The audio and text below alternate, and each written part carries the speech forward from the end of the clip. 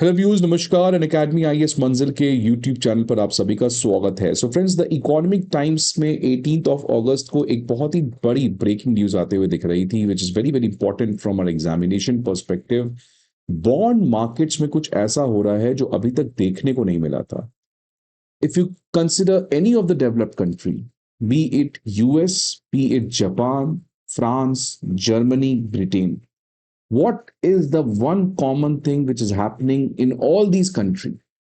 And that common concern or that common thing which is happening in all these advanced countries is rising bond yield. Bond yield जो है, my friends, in सभी countries में it is increasing in such a manner which we have not witnessed since past so many years. And that rising bond yield is not a good thing because it can severely impact the world economy and also the Indian economy. So ये जो bond yield बढ़ते हुए दिख रहा है, in fact in an unstoppable manner, that is something which now people are very much concerned about. The economists are trying to figure out how it is going to impact the larger economy, right? So friends, इस particular session में we are going to discuss basically about why these bond yields are increasing, what are the factors which are influencing the bond yield, and how it influences the India's economy. And then finally, at the end of this video, we are going to solve a UPSC previous year question जो इस topic से already उन्होंने पूछ रखा है। अब friends, मैंने पहले ऑलरेडी 23 मई को इंडियन एक्सप्रेस में लिखे गए आर्टिकल बाय उदित मिश्रा को कवर किया था इसी पर्टिकुलर चैनल पे, जहां पे मैंने बताया था कि ग्लोबली जो गवर्नमेंट बॉन्ड यील्ड्स हैं वो बढ़ते हुए दिख रहे हैं। In fact a very sharp increment has been witnessed in most of the government bond yields, which is in fact a very much bad news, especially for country like India. Uday Kotak ने भी इस पर्टिकुलर कॉन्टेक्स्ट में social media पे जाके warn किया था, एकाइल heels for the global finance is the US bond yield. मतलब यूएस बॉन्ड यील्ड जिस तरीके से बढ़ रहा है, it is going to be one of the greatest reason for the disruption in the global financial market. अब ये बात फ्रेंड्स बहुत समय से चल रही है अमेरिका के साथ। आप देख सकते हैं कि जो यूएस की ट्रेजरी बॉन्ड यील्ड है, जैसे इंडिया में गवर्नमेंट बॉन्ड्स को हम लोग जीसेक कहते हैं, गवर्नमेंट सिक्योरिटीज, वैसे यूएस में गवर्नमेंट बॉन्ड्स को ट्रेजरी बॉन्ड्स कहते हैं। तो उन यूएस ट्रेजरी बॉन्ड्स में जो यील्ड है, अगर आप 30 ईयर के बॉन्ड्स को देखोगे तो उनमें जो यील्ड है, it has hit 5.2%, which is at its highest level since 2007। 2007 में लास्ट टाइम आप देख सकते हैं 30 ईयर यील्ड जो है वो 5.2% आया था। And let me tell you, 2007 is just a year before the global financial crisis। Global financial crisis के जस्ट पहले वाला ईयर है।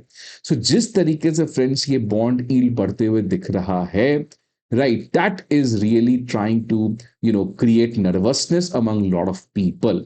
अब फ्रेंड्स, जो लेटेस्ट डेटा आया है यूएस ट्रेजरी बॉन्ड यील्ड का, and over here I am talking about the 30 year bond yield, जो लॉन्ग टर्म बोरोइंग को बेसिकली रिफ्लेक्ट करता है, which was around 5.2%, जो यूएस ट्रेजरी यील्ड था, that has now increased, my friends, to 5.29%।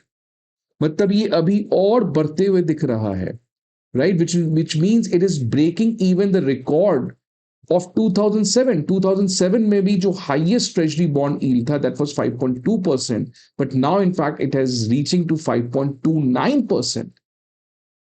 Japan में देखिए क्या हो रहा है। Japan is a country which is very very of the radar. Japan में क्या देखने को मिल रहा है कि जो वहां की 10 ईयर बॉन्ड यील्ड है, that has also reach at its highest level, very close to 3%। It has reach to its highest level never ever witness since 1996। चलिए, यूएस में तो 2007 के रिकॉर्ड को ब्रेक किया गया, जापान में तो 1996 के रिकॉर्ड को ब्रेक किया गया है।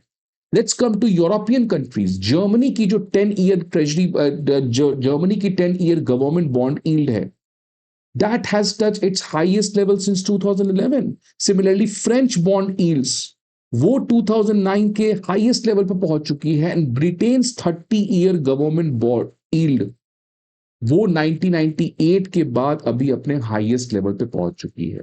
मतलब friends, in all the European countries, Germany, France and Britain, the government bond yields are breaking all the historic records.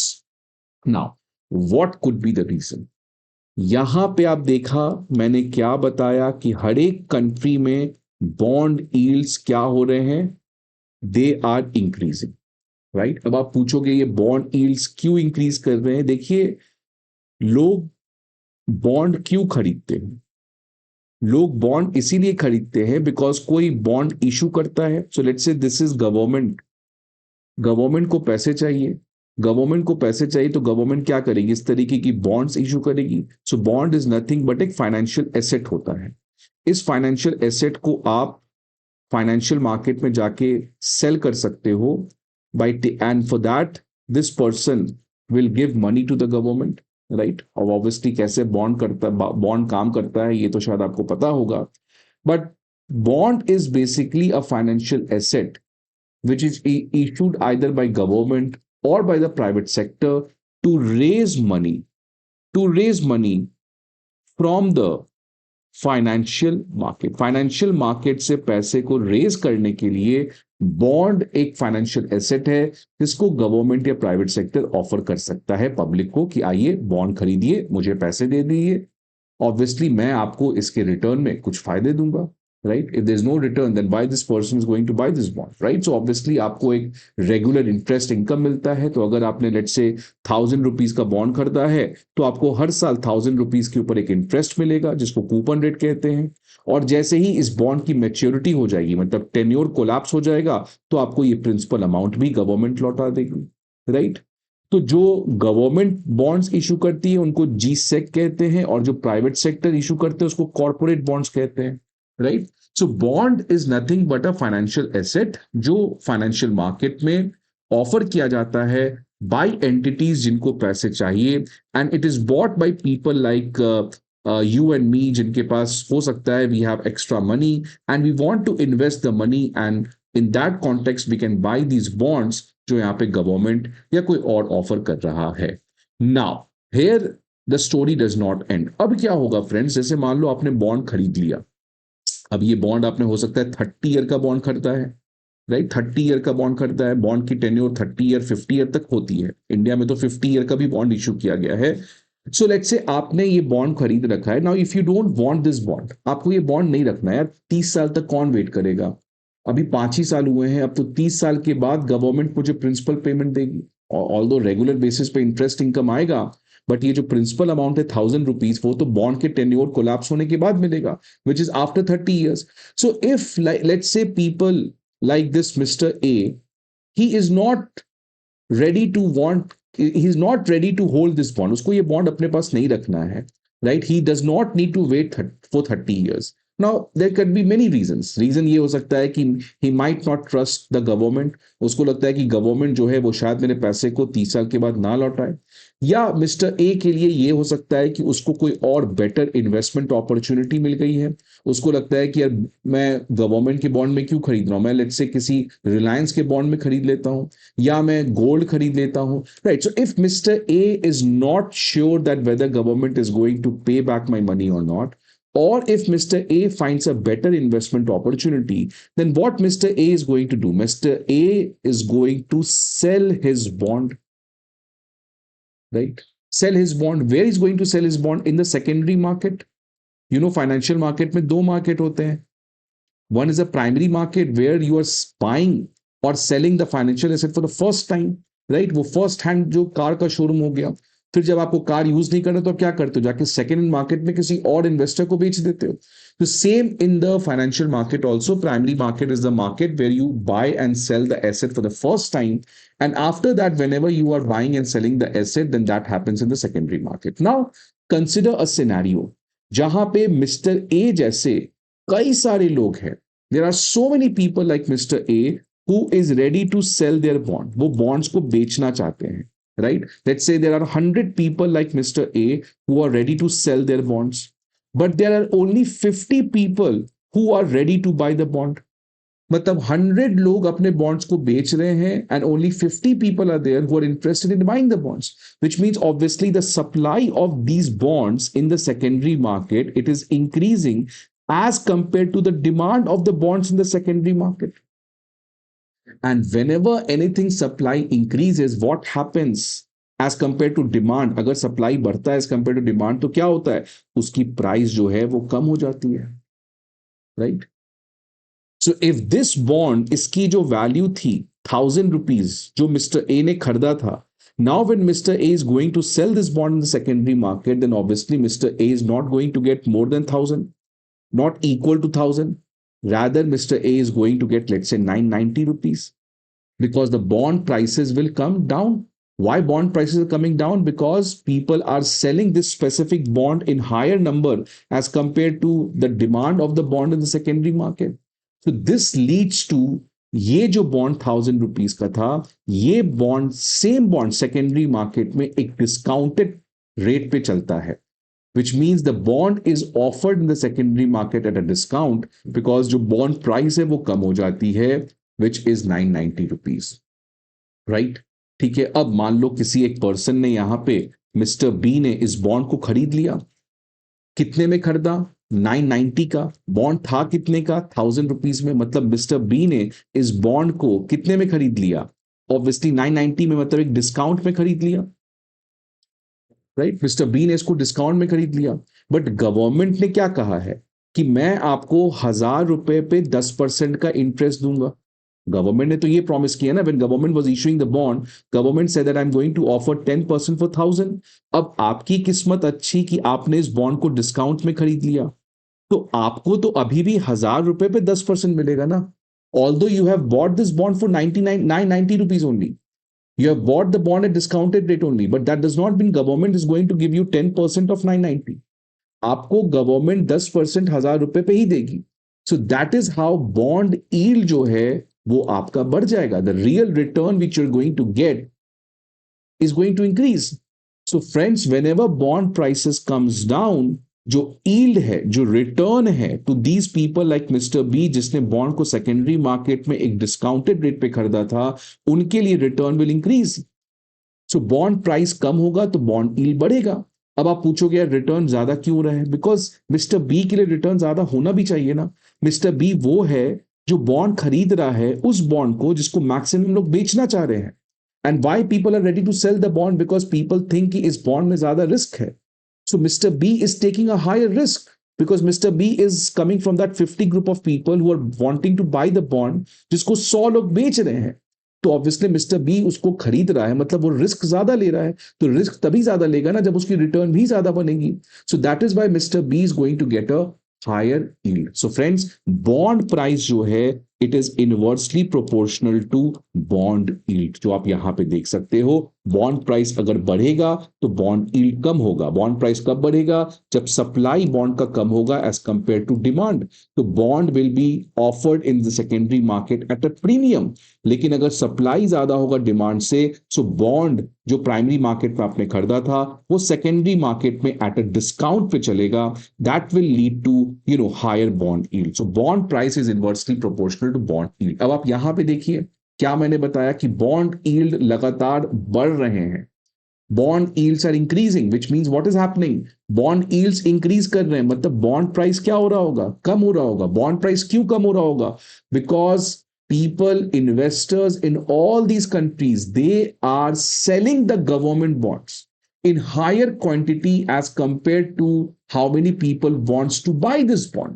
मतलब इन सभी कंट्रीज में जो गवर्नमेंट बॉन्ड्स हैं उनको ज्यादा से ज्यादा लोग बेच रहे हैं। एंड क्यों बेच रहे हैं, because they are not feeling confident about this bond.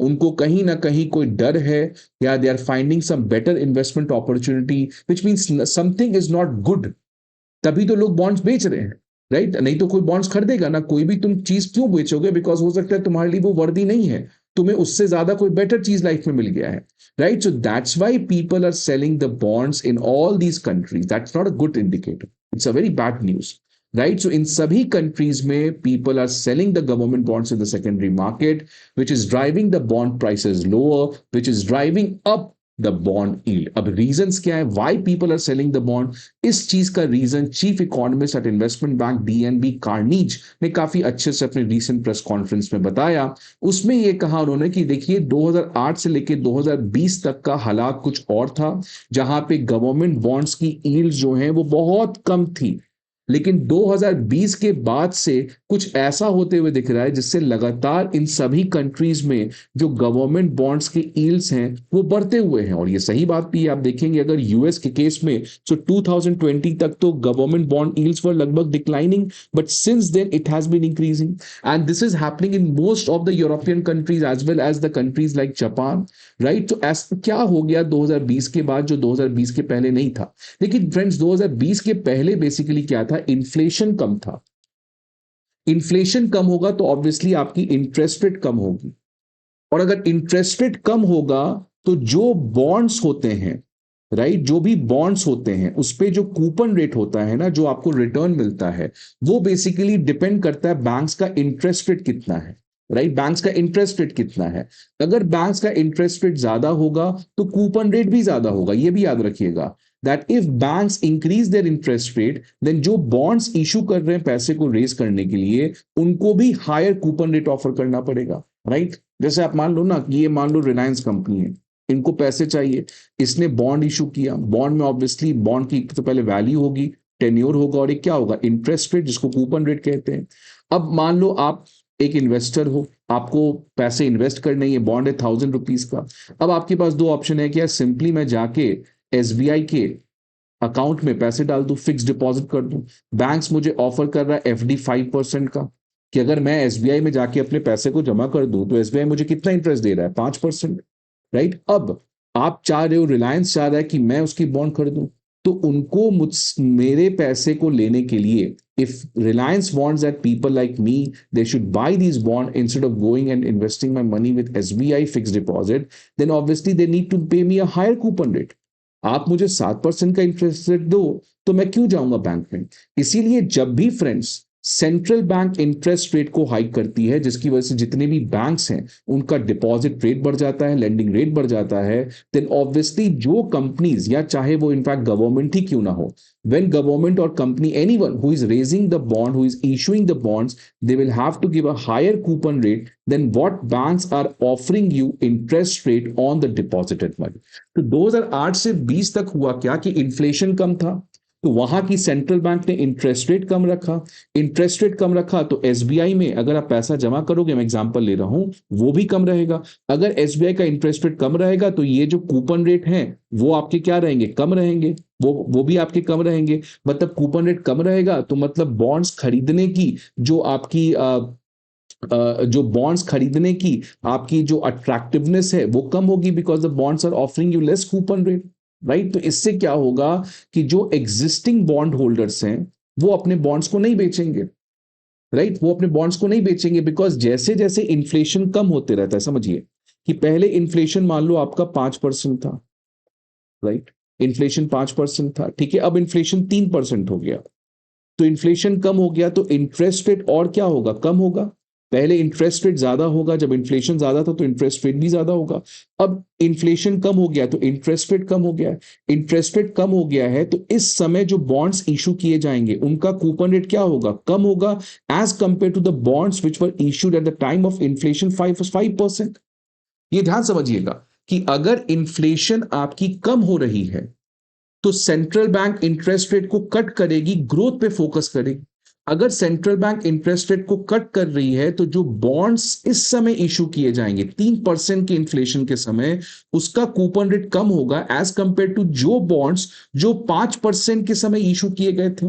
Because यहां पे इंटरेस्ट रेट ज्यादा था तो कूपन रेट भी ज्यादा होगा, यहां पे इंटरेस्ट रेट कम हो चुका है तो कूपन रेट भी कम होगा, which means what I am trying to say is कि 2008 से 20 तक के बीच में जो बॉन्ड्स के कूपन रेट, जो इन्फ्लेशन है वो लगातार डिक्लाइन कर रहा था, जिसकी वजह से सेंट्रल बैंक इन सभी डेवलप्ड कंट्रीज में, एडवांस्ड इकोनॉमीज में अपने इंटरेस्ट रेट को कट कर रही थी। इंटरेस्ट रेट को कट करेगी तो जो नए बॉन्ड्स हैं उनका कूपन रेट भी कम होगा।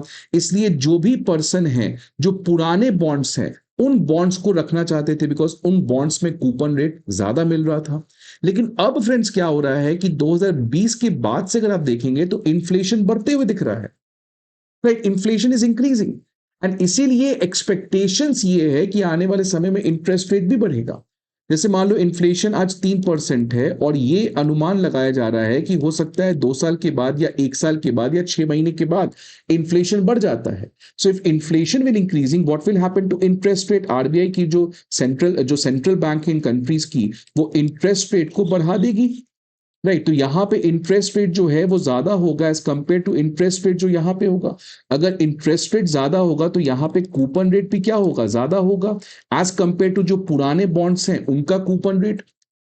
समझ में आ रहा है बात? कि if you think inflation is going to increase which means a the central bank is going to increase the interest rate.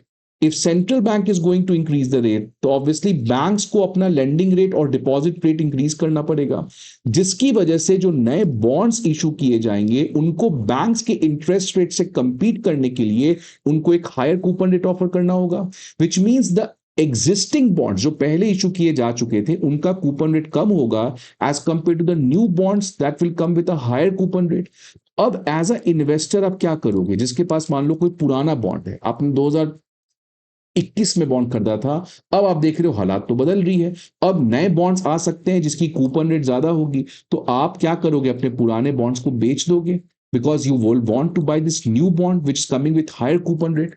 So this is what, my friends, is happening. This is, my friends, what is happening, that people are feeling that inflation is going to increase, which is going to drive the interest rate, and that's why they are selling their existing bonds.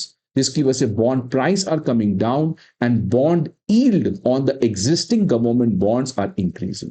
अब क्यों inflation बढ़ते हुए दिख रहा है? Because आपको पता है जियोपॉलिटिकल कॉन्फ्लिक्ट्स है, ट्रेड रिलेटेड रिस्ट्रिक्शंस हैं, ये सब की वजह से इन्फ्लेशनरी कंसर्न्स काफी ज्यादा है। साथ ही साथ जो गवर्नमेंट का कर्ज है वो भी काफी ज्यादा बढ़ गया है and that's why it is causing concern among people कि क्या गवर्नमेंट मेरे पैसे को लौटा पाएगी। Because most of these governments इन्होंने कोविड के बाद इतना पैसा बोरो किया है, रिकॉर्ड ब्रेकिंग। बिकॉज आपको पता है यूरोपियन कंट्रीज में तो कुछ बचा भी नहीं है। Japanese economy, they are the economies of past, unlike India which is the economy of future. So their economy nothing much left. किसी तरीके से they are taking borrowing money, cutting down the interest rate और किसी तरीके से economy को वो लोग चला रहे हैं, राइट? तो उन्होंने बहुत मैसिव कर्ज ले रखा है। Same goes with America. तो इतना ज्यादा कर्ज लोगे तो ऑब्वियसली रिस्क आपकी बढ़ेगी and that's why as a investor I will not want to have this government bond. I will sell the bond and invest in let's say gold, silver और any other share market asset, right? तो ये friends inflation बढ़ते हुए दिख रहा है, interest rate जिससे बढ़ने की अनुमान लगाई जा रही है और जो सरकारी कर्ज है वो काफी बड़ा है। इन सभी रीजंस की वजह से the people in Europe, Japan and America, they are selling their existing government bonds. तो इसलिए आने वाले समय में इंटरेस्ट रेट के इस एक्सपेक्टेशंस के बेसिस पे ये सारा चीज चल रहा है। तो आप देख सकते हैं कि नाउ द पॉसिबिलिटी इज, जो पहले पॉसिबिलिटी था इन्फ्लेशन कम होगा तो सेंट्रल बैंक इंटरेस्ट रेट कम रखेगी तो ऑब्वियसली बॉन्ड यील्ड्स कम होगा, राइट? अब इन्फ्लेशन बढ़ते हुए दिख रहा है, सेंट्रल बैंक जो है वो इनफैक्ट इंटरेस्ट रेट को बढ़ा सकती है। अगर इंटरेस्ट रेट को बढ़ाएगी तो जो नए बॉन्ड्स हैं वो लॉन्च होंगे with a higher coupon rate, तो जो एग्जिस्टिंग बॉन्ड्स हैं उनको लोग क्या कर देंगे? बेचना स्टार्ट कर देंगे, जिसकी वजह से बॉन्ड यील्ड्स बढ़ जाएगी। अब फ्रेंड्स, जब भी बॉन्ड यील्ड्स बढ़ती है तो क्यों ये खतरे का घंटी है? Why it is a dangerous scenario? जिस तरीके का ये बॉन्ड यील्ड बढ़ रहा है, इसका एक सबसे बड़ा इंपैक्ट हो सकता है, the cost of borrowing will increase. The cost of borrowing will increase, right? Cost of borrowing will increase. कि मान लो कि अगर आपके पास एक एग्जिस्टिंग बॉन्ड है जिसका यील्ड रेट 7% है, अब मान लो आपकी कंपनी है कोई एआई रिलेटेड, उसको कोई बॉन्ड इशू करके पैसे रेज करने हैं, तो ऑब्वियसली अगर एक इन्वेस्टर है उसके पास दो ऑप्शन है कि अगर यार यूएस की गवर्नमेंट बॉन्ड में देखूं इस समय तो उसमें तो 7% का इंटरेस्ट रेट मिल रहा है, कूपन रेट, यील्ड रेट मिल रहा है। सो अगर मैं चाहते हो कि मैं आपके कंपनी के बॉन्ड में पैसे इन्वेस्ट करूं तो आप मुझे 7% से ज्यादा इंटरेस्ट दो ना, आप मुझे 8% दो। So this is what happens कि जब यूएस गवर्नमेंट बॉन्ड की यील्ड्स बढ़ेंगे या Japanese government bonds, because government bond देखिए सबसे सेफेस्ट है क्योंकि गवर्नमेंट कभी भी पैसे प्रिंट करके आपको पैसे लौटा सकती है रेयरेस्ट सिनेरियो में। So the most safest asset is investing money in government bond. लेकिन अगर गवर्नमेंट बॉन्ड में आपको रिटर्न अच्छा मिल रहा है, तो फिर प्राइवेट सेक्टर जो ज्यादा रिस्की है, उसको आपका पैसा लेने के लिए एक ज्यादा इंटरेस्ट भी तो देना पड़ेगा। So when ever my friends government bond yields increases, it basically increases the borrowing cost for the entire economy. और यही बोरिंग कॉस्ट अगर एंटायर इकोनॉमी का बढ़ेगा, then that will create problem for the financial market, because अभी तक financial market में ये जो एआई कंपनीज हैं, या कंट्रीज लाइक साउथ कोरिया है जहां पे वहां के लोग कर्ज ले लेकर एआई स्टॉक्स में इन्वेस्ट कर रहे हैं, उन सभी के लिए बहुत बड़ी मुसीबत आ सकती है। The AI companies which have the habit of getting cheap money, because अभी तक कूपन रेट काफी कम था, अब the situation was different for the investors who was borrowing money to invest money in companies जो AI related रिसर्च कर रहे हैं, तो फाइनेंशियल मार्केट में बहुत बड़ा प्रॉब्लम हो सकता है। और इसलिए यूरोपियन सेंट्रल बैंक ने तो हिंट भी दे दिया, 17 अगस्त को इनको एक रिसर्च पेपर आया जिसमें उन्होंने कहा the AI boom, rational enthusiasm और the next .com bubble. So that is, my friends, something which is really hampering. इससे obviously friends इंडिया को भी इफेक्ट होगा, बिकॉज मान लो पहले यूएस की ट्रेजरी 3% थी, इंडिया को कॉर्पोरेट बॉन्ड 8% देना पड़ेगा, because India is a much more riskier country. So if you want someone to buy Indian bond and not buy the US government bond जो कि सबसे सेफेस्ट है वर्ल्ड का एसेट, तो ऑब्वियसली आपको एक्स्ट्रा रिटर्न देना पड़ेगा। तभी आप एक फॉरेन इन्वेस्टर को कंपेल करोगे कि भाई तुम इंडिया के बॉन्ड खरीद लो, थोड़ा सा रिस्क ज्यादा लेना पड़ेगा, बट मैं 5% का एक्स्ट्रा रिटर्न दे रहा हूं। But now when the US treasury yield वो खुद ही बढ़ चुका है, और इंडिया की कॉर्पोरेट बॉन्ड अगर 8% है, तो एक्स्ट्रा रिटर्न ओनली 3% है, which means now for a foreign investor 3% का एक्स्ट्रा रिटर्न लेने के लिए इतना बड़ा रिस्क कोई क्यों ही ले। So this will lead to friends money flowing back to America, तो कैपिटल आउटफ्लो की प्रॉब्लम इंडिया के लिए बढ़ सकती है। ये देख सकते हैं फ्रेंड्स 2022 का यूपीएससी प्रीलिम्स क्वेश्चन है कि अगर यूएस की सेंट्रल बैंक इंटरेस्ट रेट को हाइक कर देती है, टाइट मॉनेटरी पॉलिसी, तो इससे क्या होगा? क्या इससे कैपिटल वापस चला जाएगा?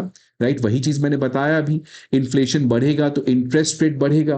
राइट, तो अगर इंटरेस्ट रेट बढ़ेगा तो क्या होगा? आपका ईल्ड बढ़ जाएगा। अगर ईल्ड बढ़ जाएगा, देख सकते हैं 5%, तो कैपिटल क्या होगा? बाहर चला जाएगा कैपिटल साइड।